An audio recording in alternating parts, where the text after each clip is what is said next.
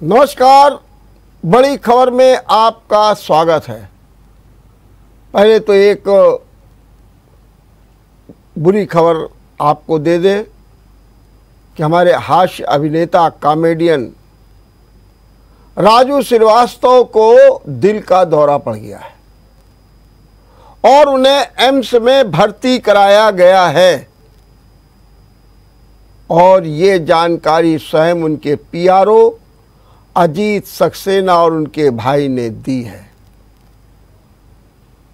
कहा जा रहा है कि राजू श्रीवास्तव जो अपने कानपुर के हैं, अपने चहेते हैं, वो सुबह होटल में जिम में एक्सरसाइज कर रहे थे। इसी बीच उन्हें भयंकर दर्द हुआ और वो गिर पड़े। चूंकि दिल्ली में थे, दिल्ली में कुछ नेताओं से मिलने के लिए आए थे, इसलिए उन्हें तत्काल एम्स ले जाया गया और कहा गया कि अब उनकी पल्स लौट आई है। लेकिन उनके पीआरओ और भाई ने यही कहा है कि आप दुआ मांगिए, जल्दी स्वस्थ हो राजू श्रीवास्तव, और हमारी भी यही कामना है। हम भी प्रभु से यही प्रार्थना करते हैं कि जल्दी से जल्दी हमारे बीच के चहेते, हमारे कानपुर के लाडले, हमारे कानपुर की पहचान राजू श्रीवास्तव शीघ्र स्वस्थ हों। दूसरी खबर बिहार से। लगता है कि बिहार से एक नए अध्याय की शुरुआत आज हो गई। बिहार में महागठबंधन की सरकार बन गई। मुख्यमंत्री योगी आदित्यनाथ के जोरदार विरोध, माने कि जो उनका जमीनी आधार है, उसी के पैरेलल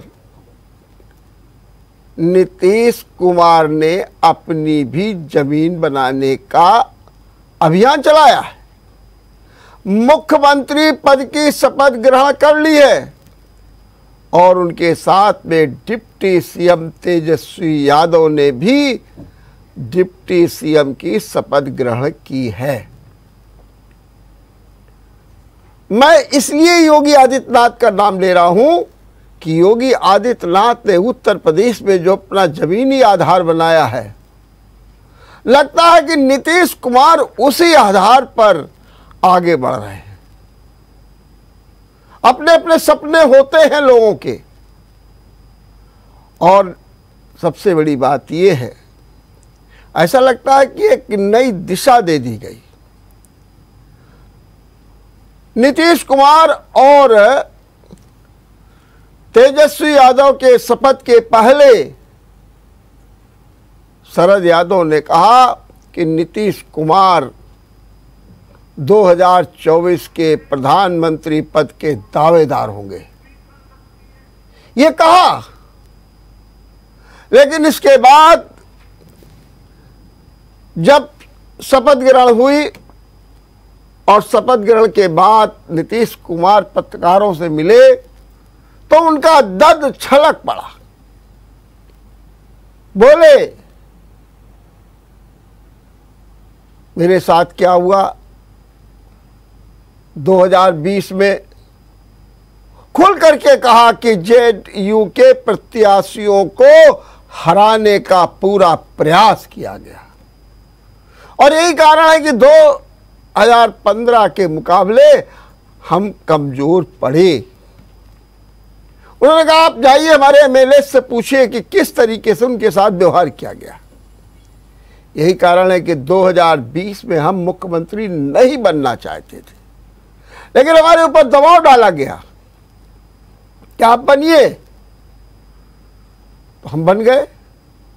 लेकिन क्या नहीं हुआ, और पिछले 2 महीने में जितना मेरा नुकसान किया गया उसकी तो आप कल्पना ही नहीं कर सकते।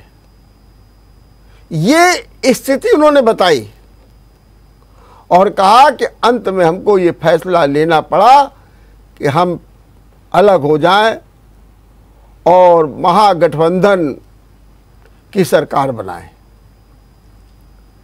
अब सवाल ये उठता है कि जब उनसे और सवाल किए गए, क्या आप 2024 के प्रधानमंत्री पद के दावेदार हैं?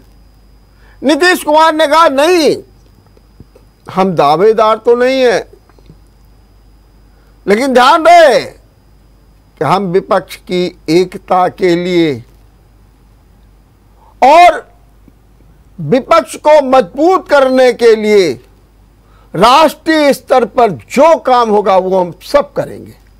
अब तो हम विपक्ष में आ गए ना, तो हम सब काम करेंगे।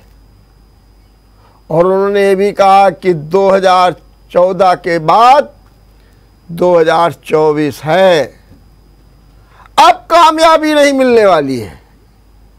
बड़े साफ शब्दों में कहा, अब ये कामयाबी नहीं मिलने वाली है। मतलब राष्ट्रीय स्तर पर विपक्ष को एक करने का, विपक्ष का चेहरा बनने का सपना नीतीश कुमार ने देख लिया है। नीतीश कुमार ने अटल बिहारी वाजपेयी की भूर भूर प्रशंसा की और कहा कि वो सबसे प्रेम करते थे, हम उनके साथ रहे। लेकिन अब क्या हो रहा है?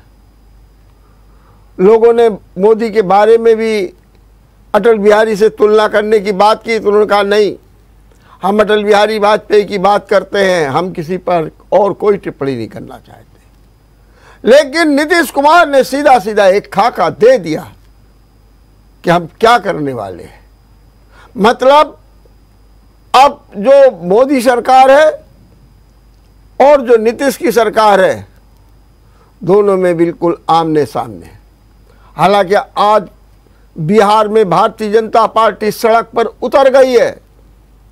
उसने विश्वासघात दिवस मनाया है और कहा है कि हम जनता को बताएंगे कि किस तरीके से भ्रष्टाचारियों के साथ, जातिवादियों के साथ, वंशवादियों के साथ नीतीश कुमार ने सरकार बनाई है।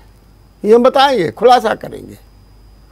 और बीजेपी के नेताओं के बयान आ रहे हैं। सुशील कुमार जो मोदी हैं, उन्होंने कहा कि आरसीपी को जो केंद्र में मंत्री बनाया गया था वो नीतीश कुमार की सहमति से बनाया गया था। कहा नीतीश कुमार गलत बोलते हैं। और उन्होंने बड़े तथ्यात्मक ढंग से अपनी बातचीत की। गिरिराज सिंह ने भी पलटू राम कह करके नीतीश कुमार को संबोधित किया। बहरहाल नीतीश कुमार के खिलाफ घेराबंदी भी बहुत तेजी के साथ शुरू हो गई है। और ये कहा जा रहा है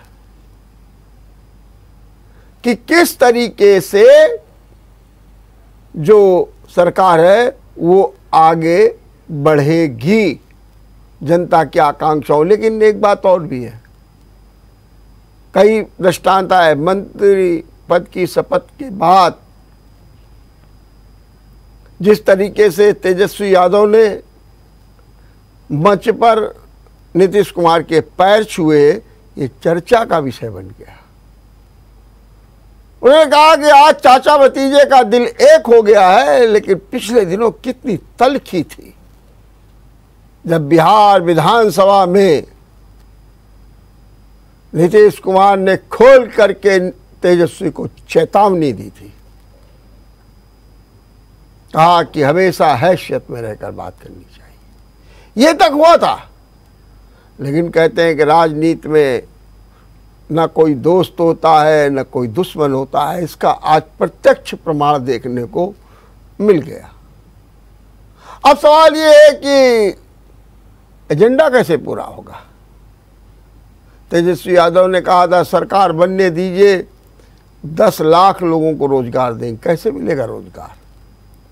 लेकिन एक बात और है, अभी कांग्रेस ने भी अपने पत्ते नहीं खोले हैं कि सरकार में शामिल होगी कि नहीं शामिल होगी। लेकिन एक जो तय फार्मूला है उसके अनुसार राजद के 16, जेडीयू के 13, कांग्रेस के 4 और हम का 1 मंत्री बनेगा।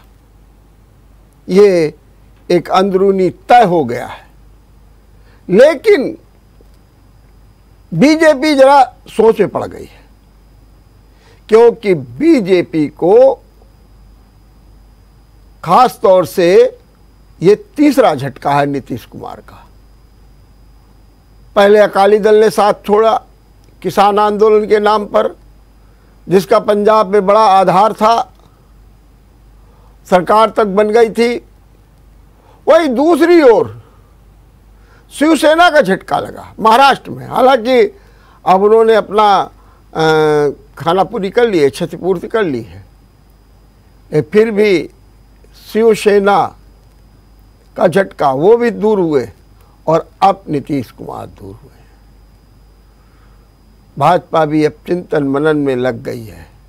कुछ भी हो, बिहार में नए अध्याय से विपक्ष का हौसला बुलंद हो गया है, हौसला बुलंद हो गया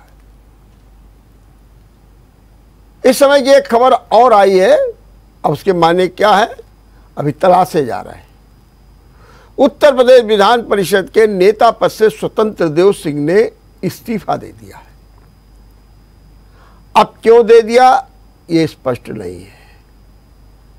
जुलाई में उन्होंने अध्यक्ष पद से इस्तीफा दे दिया था, मई में ही उनको विधान परिषद का नेता बनाया गया था दिनेश शर्मा की जगह पर। क्या कारण था कि स्वतंत्र देव सिंह ने आज विधान परिषद के नेता पद से भी इस्तीफा दे दिया? राजनीतिक जगत में चर्चा का विषय है।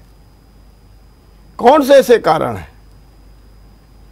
जिससे स्वतंत्र देव सिंह ने पहले अध्यक्ष पद से और फिर अब नेता पद से इस्तीफा दे दिया? हालांकि वो कैबिनेट में एक वरिष्ठ मंत्री हैं, उनके पास जल शक्ति मंत्रालय है, विभाग है, और वे इसका संचालन भी कर रहे हैं। लेकिन देखना ये है कि किस तरीके से ये राजनीति हुई है और इस राजनीति का अंत क्या होगा। क्या कोई संगठनात्मक ढांचा कुछ ऐसा बन रहा है? क्या कुछ जो परिस्थितियां हैं बीजेपी की अपने को मजबूत करने के लिए एक नया रोड मैप तैयार किया गया है जिसके तहत स्वतंत्र देव को इस्तीफा देना पड़ा है? ये अभी थोड़ा सा स्पष्ट नहीं है। लेकिन खबर ये है कि स्वतंत्र देव सिंह ने विधान परिषद के नेता पद से इस्तीफा दे दिया है, और वो भी 3 महीने बाद। मई में हुए थे और अगस्त में उन्होंने इस्तीफा दे दिया। हम लेते हैं यहाँ पर एक छोटा सा ब्रेक। ब्रेक के बाद आपका एक बार फिर स्वागत है। उत्तर प्रदेश के लघु उद्योग मंत्री राकेश सचान की सजा, उनके आत्मसमर्पण का मामला भी पूरी तरीके से पूर्ण विराम की ओर नहीं है। बहरहाल राकेश सचान की तो मुश्किलें बरकरार हैं। अभी तो उन्हें सेशन कोर्ट में जाना है, अपील करना है, और फिर वहीं से राहत की कुछ गुंजाइश है। लेकिन एक दूसरे मंत्री मत्स्य विभाग के संजय निषाद के खिलाफ भी गैर जमानती वारंट जारी कर दिया गया। कोर्ट ने कहा इन्हें गिरफ्तार करके कोर्ट में पेश किया जाए। इस पर संजय निषाद आज गोरखपुर की कोर्ट में हाजिर हुए और उन्होंने अपनी दलील दी कि मुझे नोटिस नहीं मिला, मेरी जानकारी में नहीं था कि मुझे कोर्ट में आना है। बहरहाल उन्हें भी जमानत दे दी गई है, माने कि दूसरे मंत्री भी अब जमानत पर हैं। संजय निषाद के खिलाफ एक केस चल रहा है 2015 से। 7 जून 2015 को संजय निषाद ने जो निषाद समाज के आरक्षण को लेकर के एक बड़ा आंदोलन किया था। और ये जो आंदोलन हुआ था वो था सड़कों पर, और सड़क जाम कर दी गई थी, ट्रेनों को रोक दिया गया था। सिर्फ बार बार एक ही मांग हो रही थी कि निषाद समाज को आरक्षण दिया जाए, और उनकी और भी मांगे भी थी निषाद समाज के लिए। पुलिस ने काफ़ी प्रयास किया कि जाम हटा दिया जाए, ट्रैक खाली कर दिया जाए, ट्रेनों का आवागमन शुरू हो, लेकिन ऐसा नहीं हो पाया, जिस पर पुलिस ने बल प्रयोग किया, और उस बल प्रयोग में एक व्यक्ति की मौत हो गई, जिससे मामला और गंभीर हो गया। ट्रेनों पर हमला किया जाने लगा, और ट्रेनों पर हमला करने के साथ साथ काफ़ी हिंसा हुई, जिस पर संजय निषाद के खिलाफ मुकदमा कायम हुआ, और वो मुकदमा अभी भी चल रहा है, जिसमें आज उन्हें जमानत मिली है इस बात के लिए कि वो कोर्ट में हाजिर नहीं हुए थे। उत्तर प्रदेश सरकार में आधा दर्जन से अधिक मंत्री ऐसे हैं जिनके खिलाफ मुकदमे चल रहे हैं। 2 नाम तो सामने आ ही गए हैं, इसके अलावा भी हैं, और आए दिन इनके खिलाफ वारंट, सुनवाई, सम्मन को लेकर के सरकार भी कहीं ना कहीं परेशानी में पड़ जाती है, क्योंकि छवि का सवाल होता है।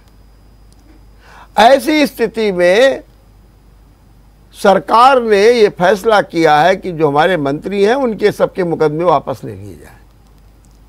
इसके लिए प्रक्रिया शुरू हो गई है, काफ़ी समय से पहले से पूछा जा रहा है कौन कौन से केस हैं, कैसे वापसी हो सकती है, उसका क्या आधार है, आदि जानकारी जो है मांगी जा रही है, और ये माना जा रहा है कि जल्द मुकदमे वापस हो जाएंगे और इन मंत्रियों को मुकदमों से बड़ी राहत मिलेगी। ये काम भी विधि विभाग तेजी के साथ कर रहा है। एक खबर ये भी है कि भाजपा नेता श्रीकांत त्यागी की गिरफ्तारी तो हो गई, लेकिन अभी मामला शांत नहीं हो रहा। अब सीधी नज़र उनके मददगारों पर है। हालांकि श्रीकांत त्यागी के साथ 3 लोग और गिरफ्तार किए गए जो उन्हें संरक्षण दे रहे थे, लेकिन उनकी मदद कौन कर रहा था? 5 जिलों में कैसे वो घूमते रहे, क्या हुआ, इसकी पड़ताल हो रही है, और ऐसे लोगों के खिलाफ भी कार्रवाई की बात तेजी के साथ चल रही है कि किस धारा में कैसे उनके खिलाफ कार्रवाई की। हालांकि श्रीकांत त्यागी के खिलाफ तो सभी प्रकार की कार्रवाई होनी है, गैंगस्टर एक्ट भी लगेगा, संपत्ति भी जो इलीगल है वो भी जब्त होगी, रास्ता तक लग सकता है। हालांकि श्रीकांत त्यागी बैकफुट पे आ गए हैं। वो कह रहे हैं नहीं मैंने कोई गाली गलौज नहीं की महिला के साथ में, उन्होंने कहा वो तो बहन है, मैंने इस तरीके की बातचीत की।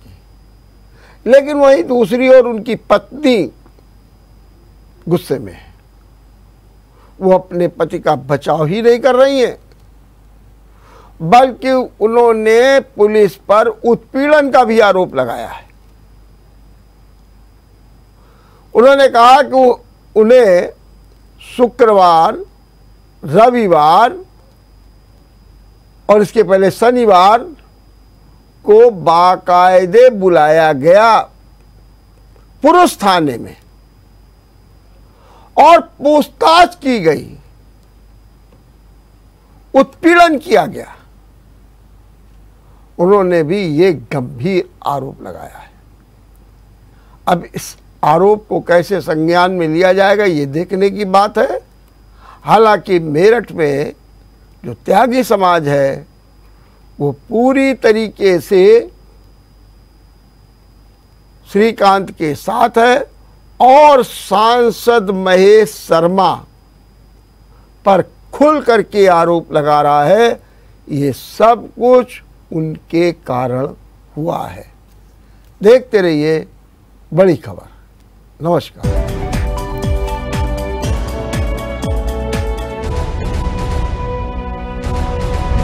अगर आपको हमारा वीडियो पसंद आया हो तो हमें लाइक करें, सब्सक्राइब करें और ज्यादा से ज्यादा शेयर करें और हाँ, बेल आइकॉन दबाना ना भूलें ताकि हर खबर का अपडेट आप तक पहुंचे तुरंत।